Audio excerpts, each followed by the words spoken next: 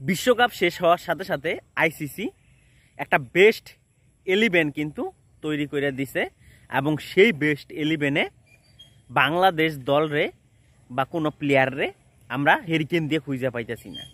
কেন পাইতেছি না? কারণ তারা সবসময়ই হয়তো আইসিসিরে কমপ্লেন করে থাকে বা ভারতের বিপক্ষে কমপ্লেন করে থাকে যে ভারত নাকি আইসিসিরে ম্যানুপুলেট করে। সবসময় আইসিসির কথা মানে ভারতের কথা সবসময় নাকি আইসিসি শোনে। তো তারা লাস্ট যে ফাইনাল ম্যাচটা হইল সেইখানের ক্যাচটার মধ্যেও তারা নাকি সেইখানে দেখছে যে বাউন্ডারি লাইনটা পিছায় রাখছে নাকি ভারত, কিন্তু সেই বাউন্ডারি লাইনটা আগে থেকেই পিছানো ছিল, সেটা কেউ লক্ষ্য করে নাই। অতএব আইসিসির রুল বুকে যায় তোমরা হয়তো দেখতে পারো নিয়ম কি আছে, সেই সম্পর্কে আমি যাব না।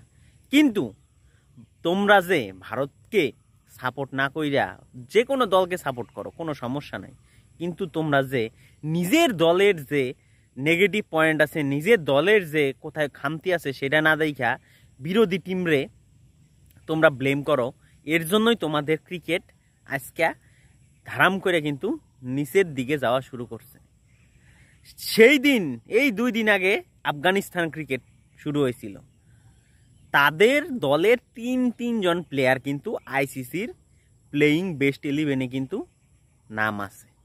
তো আইসিসির যে সেরা 11টা আইসিসি দিছে সেটা ক্যাপ্টেন রোহিত শর্মা, ওপেনার আর হইছে আফগানিস্তানের গুরবাস। আর এই দলের মধ্যে ক্যাপ্টেন কিন্তু রোহিত শর্মারই রাখছে বিশ্বের 1 নাম্বার টি20 ক্যাপ্টেন হিসাবে। 3 নাম্বারে রাখছে নিকোলাস পুরানরে। এই কারণেই রাখছে ওয়েস্ট ইন্ডিজের, কারণ আফগানিস্তানের বিপক্ষে একটা দুর্দান্ত ম্যাচ খেলছিল, সেজন্যই সে সেইখানে জায়গা পাইছে, ইম্প্যাক্ট দিছিল। 4 নাম্বারে কারে লাগছে? সূর্যকুমার যাদব। সূর্যকুমার যাদব সম্পর্কে অবশ্যই তাকে রাখতে হবে, কারণ সে 2টা গুরুত্বপূর্ণ ম্যাচ কিন্তু ইম্প্যাক্ট দিছে, অর্ধশত রান করছে। তারপরে কাকে রাখছে? হার্দিক পান্ডিয়া। হার্দিক পান্ডিয়াকে রাখতেই হবে, কারণ যেইভাবে ফাইনাল ম্যাচে বা অন্যান্য ম্যাচে যেমন রান করছে, প্লাস তার সাথে সাথে কিন্তু 8-10টা উইকেট তার খাতায় আছে। তারপরে অস্ট্রেলিয়ার ক্যাপ্টেন, কোনো জায়গা নাই অস্ট্রেলিয়ার ক্যাপ্টেনের। এইখানে অস্ট্রেলিয়া দলের থেকে জায়গা পাইছে মার্কাস স্টয়নিস, কারণ সে ব্যাটিং হাতেও যেভাবে রান করছে, বোলিংয়েও কিন্তু 10-10টা উইকেট তুলে নিছে। তারপরে আছে অক্ষর প্যাটেল। অক্ষর প্যাটেলের ভূমিকা তো ভোলা যাবেই না, যেরকম ব্যাটে আছে সেরকম কিন্তু বোলিংয়ে সে ভূমিকা প্রদর্শন করছে। তারপরে হচ্ছে রাশিদ খান, স্পিনার। রাশিদ খানকে তো প্লেয়িং 11 একদম রাখা জরুরি, কারণ যেইভাবে সে বোলিং করছে, অনবদ্য একটা দুর্দান্ত বোলিং করছে, প্লাস ব্যাট হাতেও কিন্তু কিছু রান করছে। তারপরে Jasprit Bumrah, man of the tournament আছে যিনি, সে তো প্লেয়িং 11-এ থাকতেই হবে।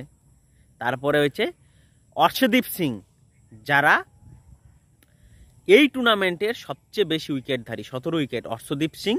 আর 11-এ আছে, এই 11-এ ফজল হক ফারুকি। তারা 2 জনেই কিন্তু এই 11-এ আছে। আর 12th ম্যান অর্থাৎ কি 12 জন বা 12তম প্লেয়ার হিসেবে কিন্তু নকিয়ারে রাখছে সাউথ আফ্রিকার প্লেয়ার। তো এই প্লেয়িং 11 দেখে হয়তো তোমরা আবার শুরু করবা যে এইখানে এই প্লেয়ার থাকা উচিত ছিল, ওই প্লেয়ার থাকা উচিত ছিল। যেই কয়জন প্লেয়ার তাদের নাম ঘোষণা করছে, প্রত্যেকটা প্লেয়ার কিন্তু বিভিন্ন রকম বিভিন্ন ম্যাচে কিন্তু তারা ইম্প্যাক্ট প্রদান করছে, এই জন্যই কিন্তু তারা এই দলে জায়গা পাইছে। তো অতএব অন্য দলকে আঙ্গুল দেখানোর আগে নিজের দলের দিকে আঙ্গুল তুলে দেখো, তাহলেই হয়তো তোমাদের দেশের ক্রিকেট উন্নতি হবে। যদি কথাটা ভালো লাগে অবশ্যই লাইক শেয়ার করো, নতুন হলে ফলো সাবস্ক্রাইব করো।